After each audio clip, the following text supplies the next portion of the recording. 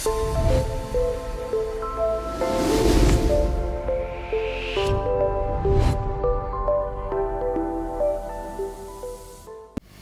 afternoon, everyone.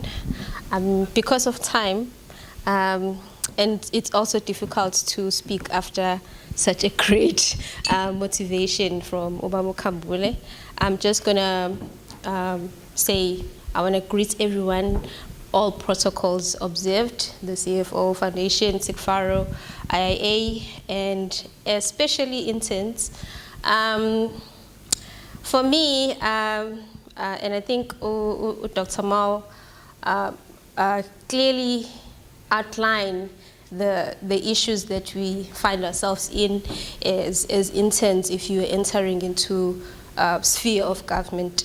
I studied SCM at UKZN, and my first job was an intern at Provincial Treasury as an SCM intern. And boy, did I get a shock of my life. I had never seen MFMA.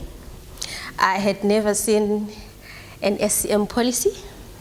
All I knew was how to transform raw material to an output. I was prepared to go and work at Unilever, Coca-Cola, SAP, because that's what we are taught as SCM specialists or SCM graduates at UKZ. And I think now, and I think we are covering that space now because I'm seeing there is public management that is introduced. I would have loved to be taught that because my very first meeting was with the head of SCM at Provincial Treasury. And she asked me, what are you going to do in this department? I'm going to allocate you a mentor. And I was like, I'm going to do demand management. What is demand management? In the sphere of government, it's different. Didn't know about a procurement plan. I didn't know nothing about local government or any sphere of government that is. So I am so happy that there's a platform like this one where you guys are introduced to the kind of legislation that you need and the guides that you need to actually prosper in your line of work and how you can actually even excel in the line of work that you do. I don't know if I'm pointing properly. Yeah. Okay, so for anyone like me who has come fresh from let me see. Okay, I don't technology. Sorry, guys. Okay, how do I navigate? Can I just move from here? Okay. I'm sorry, I'm not gonna move around. I'm just gonna stand here. So for anyone who had an experience like myself, who's fresh from school, who didn't do public management, and I know a lot of you, when you have to rotate, one of the departments that every intern, I work for a municipality that is big, and one of the rotation when it's time for SCM, most of our interns go like, can I go to audit instead? Can I go to water instead? No one wants to go to SCM. By the show of hands, can I see who is in SCM as an intern in this room? So I'm speaking to you guys, but also I'm speaking to anyone who's aspiring to go to SCM, because everyone who thinks SCM thinks the bad things happen in the department. You know, people are gonna ask you you even hide when someone asks you, where do you work, Lee? I just say I work at Durban. I don't even indicate that I'm an SCM practitioner, because the first thing they're gonna ask you, you work at eThekwini, which department? I would tender lap. You know, or you're like a jack of all trades, you know everything in eThekwini municipality.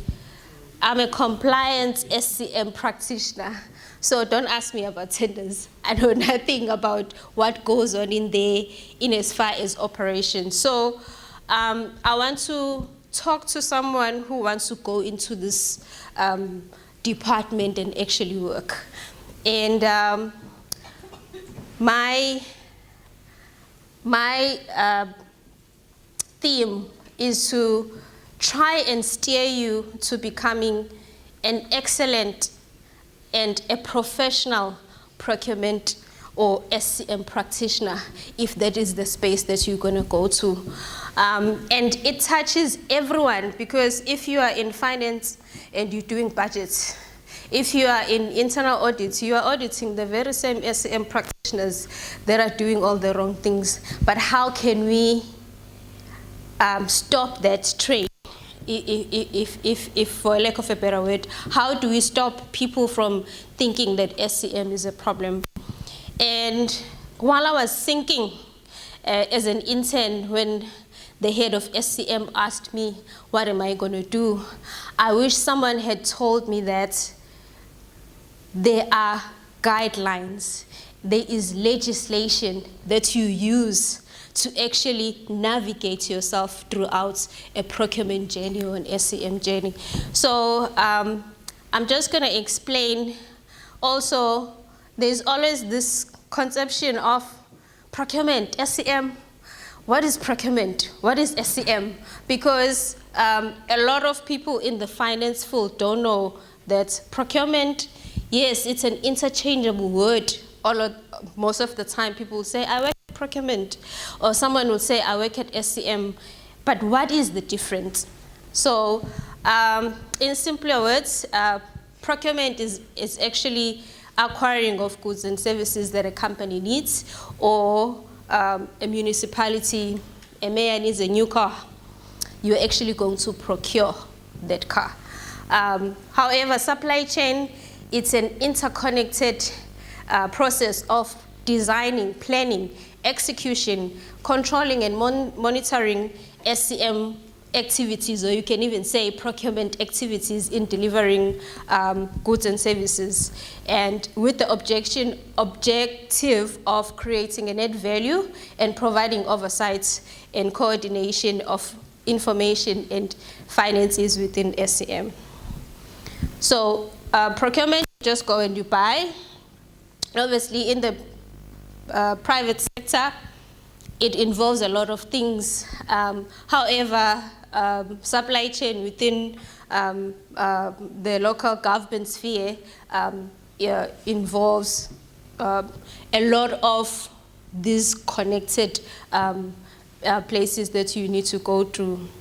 And then SCM in the municipality, as I had indicated earlier, SCM, it's so easy to work in the supply chain department, because you are always guided by the legislation, the prescripts.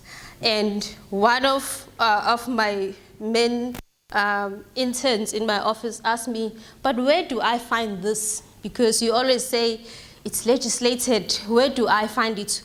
Which pieces of legislation talks to supply chain management? And MFMA 1121 indicates that a municipality needs to have an SCM policy that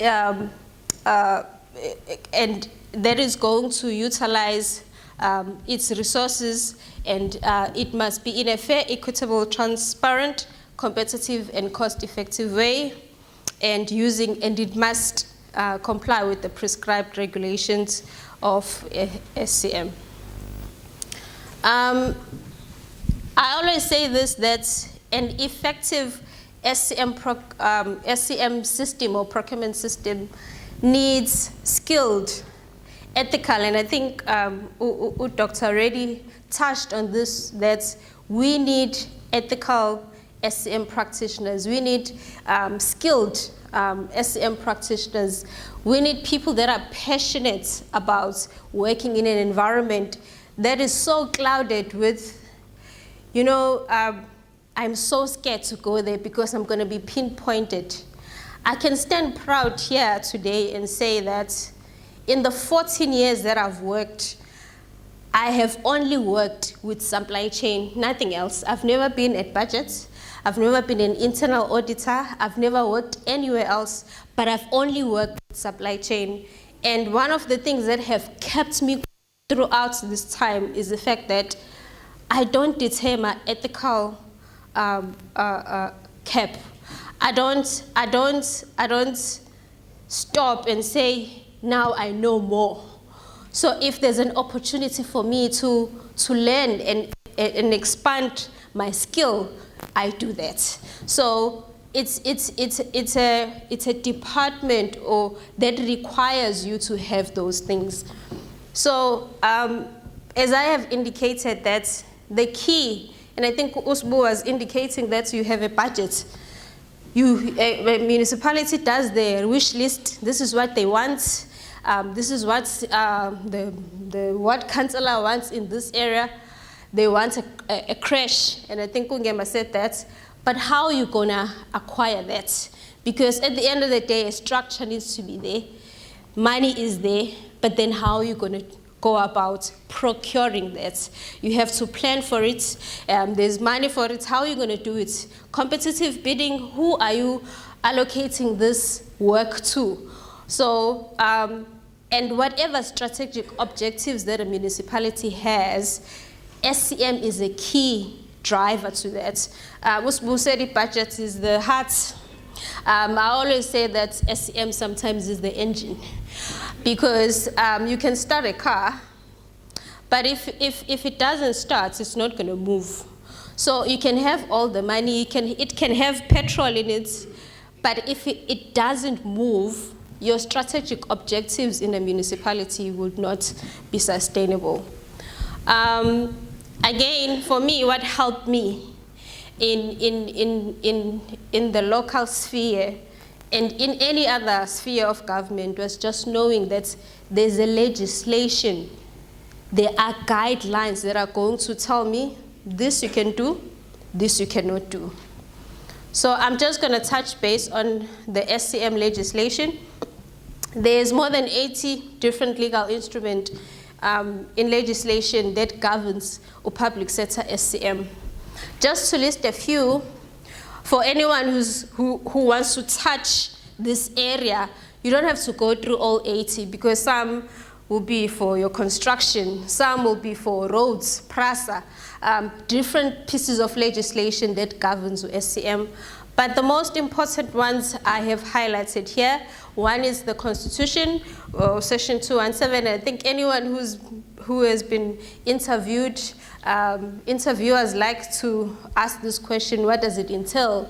What does it mean to you? Do you understand it? Where does SCM and procurement come from?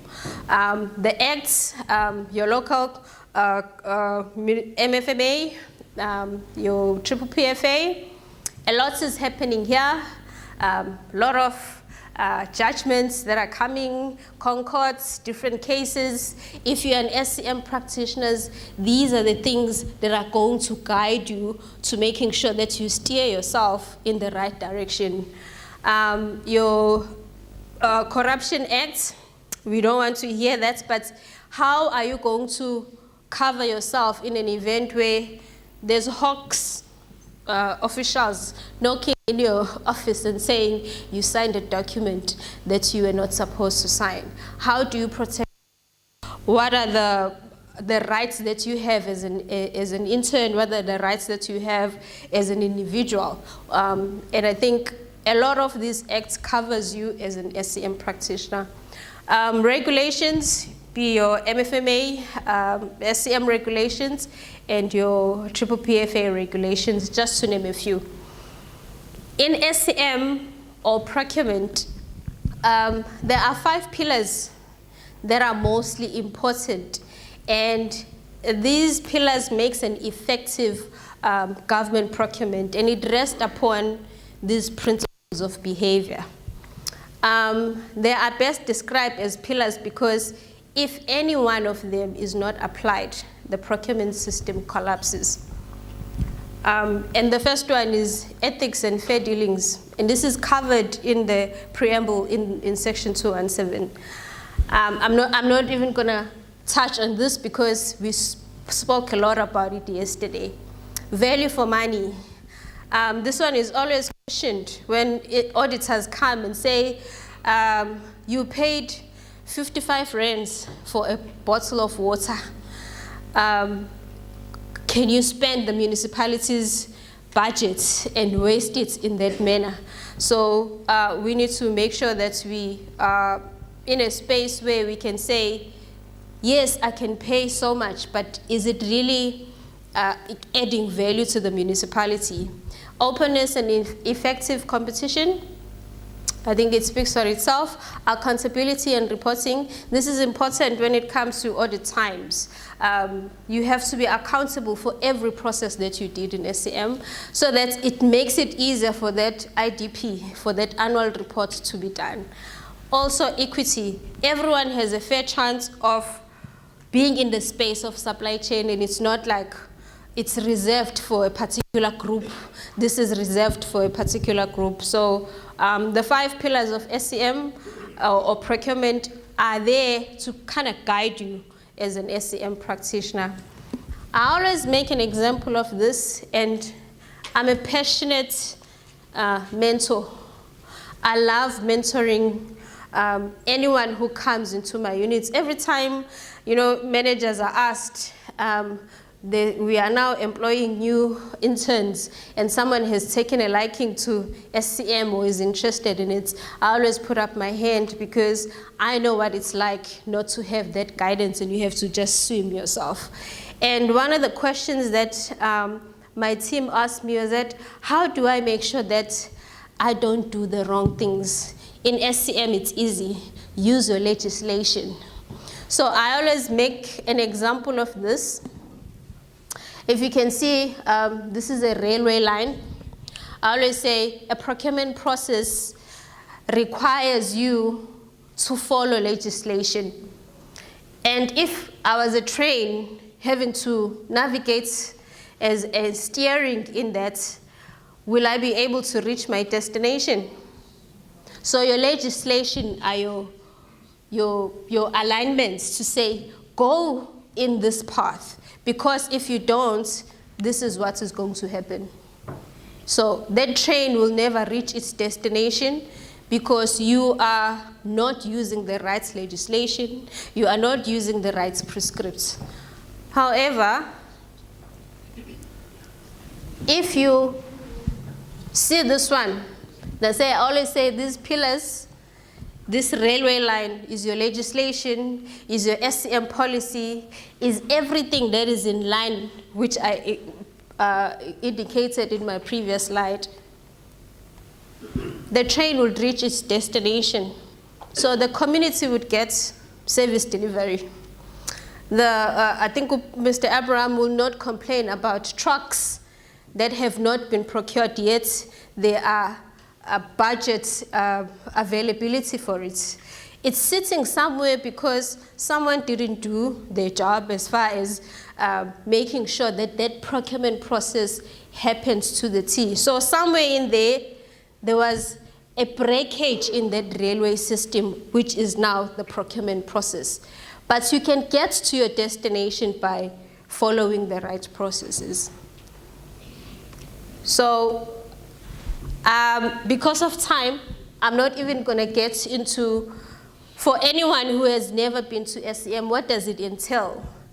This diagram speaks of what happens in SCM, what elements of SCM are there. There's demand management. This is where you do your procurement planning, your needs analysis. Acquisition, this is where now you do your procuring based on your procurement plan. Logistics, you invoicing, you are receiving stock, you are paying service providers on time. You are abiding by the law when Usanel is going to come and say, you haven't paid service providers for over 60 days. And the legislation is telling you there's ones that you can pay within 14 days, there's ones that you need to pay within 30 days. So the legislation is always there to guide you. Disposal management, now we have a car that has reached its useful life. Asset management, performance of service providers. I think as SCM practitioners also we need to be very careful of how we take this last part, because often you think, I have bought something, I've delivered 5 trucks. But who has benefited from that procurement process? Has the municipality actually helped uplift a service provider that was maybe fixing or is going to do maintenance? So you have to monitor your contracts and make sure that you use the right databases as well, and being guided by the policies. And the database that we currently now use is the CSD from National Treasury. So I always say it's easy to just say, go to SCM, you'll do well. But how do I go about doing that? And how do I become this resilient, someone who is not untouchable, someone who's going to say, yeah, but you are supposed to do this. And I say, my SCM compliance hat is never off. I'm uncorruptible. I'm actually one of those people that you cannot even say the tender closes at 11, you come at 2 minutes past 11. It starts with something as small as that. You see the supplier there with his eyes and he's saying, but sis, it's 2 minutes. Legislation and SCM policy says 11. So it starts with something as small as that, because once you accept the tender at 2 minutes past, you're going to accept something bigger. Then it's more and more. So how do I become this resilient SCM practitioner? How do I excel in my operation or in my department? This is what worked for me. I don't know if it's going to work in your area of work.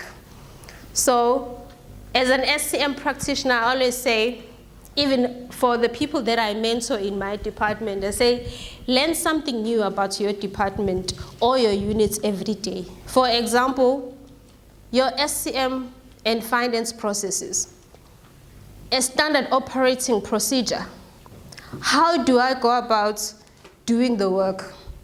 If I can talk to Usanela Emuva, a lot of people that needs to be disciplined right now for committing fraud and committing whatever in the SCM space, you have done wrong, we know you've done wrong. But because we never gave them a standard operating procedure, he would say, I didn't know how to do my job. So I didn't know that it was wrong for me to sign for a manager, whereas I'm an intern. So make a habit of learning your SOPs. Review and learn your internal policies and regulations. And I always say this, people say, it's such a long legislation, everything. And I always give my interns an SCM policy. Ours has 55 sections. And I say, learn one a day. And decide today that, you know what, I want to learn about bid committees. Go and start with the legislation for bid committees. Who is supposed to be in a bid committee? Because when the auditors come, they ask everybody who works at SCM. They won't say, Claire, because you are senior manager, you have to answer. If you are part of the process, you have to answer. But if you don't know what is in the SCM policy of your municipality, you won't be able to answer that. So these help. Ungema touched on the annual report. What is the vision of the municipality? Learn a page, not the entire thing. Set up a timeline for you to say, each and every day, I'm going to page that annual report, just 1 page a day. Your latest audit findings. And if you're an SCM practitioner, I don't worry about finance, I don't worry about revenue. I go on the SCM ones where I need to put my focus on. And if you are an SCM practitioner now, you're going to go, what is Auditor General finding in my department? What is going wrong in SCM?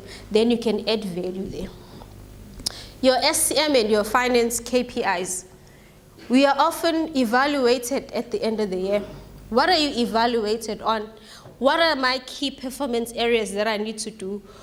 Even the KPI of your manager, what is he or she supposed to do, because it helps you in your SCM practitioner journey.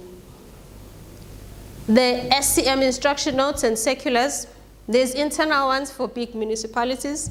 A CFO would issue a circular, a head of SCM will issue a circular, and National Treasury. We often don't go and check what is the latest circular or instruction notes at National Treasury, which is our statutory department. I was shocked myself because I often tell this to my interns: go every day, check at National Treasury what is the latest. We have 118 circulars, MFMA circulars. I think when I last checked, I had 92. I saw 92. So I have slacked as well. So I need to go back and read what has happened between 92 to 118. So it helps you. These are small things that would assist you. Record keeping. Make a habit of safeguarding your paperwork. Checklist. Emails. And I think I said this before, to say what helps you when things go wrong, when those police come or hawks come. What saves me is my evidence, to say, who had SCM send me an email on this date. And don't make a habit of corridor agreements, because those ones come back and bite you at the end. So you go and say, yes, Mayor, you said I must do A, B, C, and D. Please, can I get your secretary to send it via email? That way you have, if you are closing bids and there's 18, ask for a copy of that bid closing checklist, so that you have portfolio of evidence should anything happen. I'm not saying it's going to happen, but it's small things like that where you actually cover yourself as an SCM practitioner. Manage your time effectively, pace yourself correctly and honestly. You know, I know when you want a job, they'll tell you, are you going to be willing to work extra hours? I think Ubab Kambilo was even saying now that sometimes bid closing is on a Friday, and there's 1,000 bids that closed on that day. And the SCM manager tells you, tomorrow morning, Saturday, I need you there. Are you going to be able to pace yourself enough to manage your work and your time honestly? I'm almost done. Continue to study. And by that, I mean legislation doesn't change. MFMA is not changing. But the environment that we are in is changing. And we're seeing this with the PPFA regulations. There's a lot of things and a lot of dialogue that is happening in that space. So make a habit of skilling yourself with that through mentorship. And I think maybe CIGFARO in the next conference or summit, they're going to touch on the do's and don'ts of mentorship. How do you even manage those relationships? I love my interns, and I always create a healthy relationship with them, but I'm not going to send them to fetch my kids. Because interns become that, oh, I see my car is dirty, I give you the key, you go. Your work now is sitting, no one is doing it. So how are you going to manage that relationship even though you are still in a process of being mentored? Go to private institutions. And the one that I found worked for me when we're in hard lockdown was National School of Government. They have quick online courses that you can do, and you can upskill yourself in the local sphere. Abide by the laws and guides of SCM, and it really covers you. Exercise sound judgment with exceptional standards and moral and integrity. That has been touched on a lot. Don't be afraid to report fraud and corruption. I know it's hard, but if I'm doing something wrong, I'm going to take you with me. So if you are able to pinpoint that Hlengiwe who's doing this wrong, be brave enough to talk. And I think we need to change this narrative that, oh, nothing in South Africa is done correct. It can.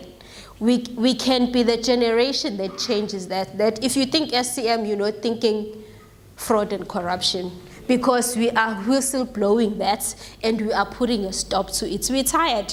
Our kids are navigating a world where, you know, it's such a thin line between doing something right and actually seeing something that is not right and not reporting it. You are just as guilty as someone who actually did it if you've seen it and you didn't report it. And the last one, serve your municipality in an honorable way. And for me, I always say, serve your municipality in a godly manner. Because in that way, I can lie to myself, but I can't lie to God. Yeah. But if you're gonna, I can buy your face and tell you, no, I did my checklist right, but your conscience will tell you you didn't do that. So if you are gonna be a person that is driven and want to see service delivery happen, and you want to be the vessel that is used at that time, serve your municipality with honor. Serve it with such integrity that even your bosses will be like, where did this one come from?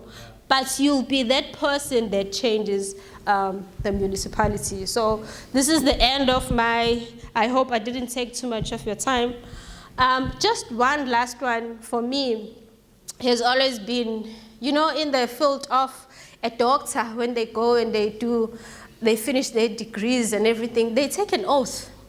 You go there, a nurse takes an oath to say, I'm going to serve, I'm going to be honorable, I'm going to do that. Think SICA does it, think IIA does it, SCM practitioners, what happens? I'm not going to be accountable because to who? And we need to search ourselves and be the vessel of change that we want to be in the end. Thank you so much. I hope I didn't take your time.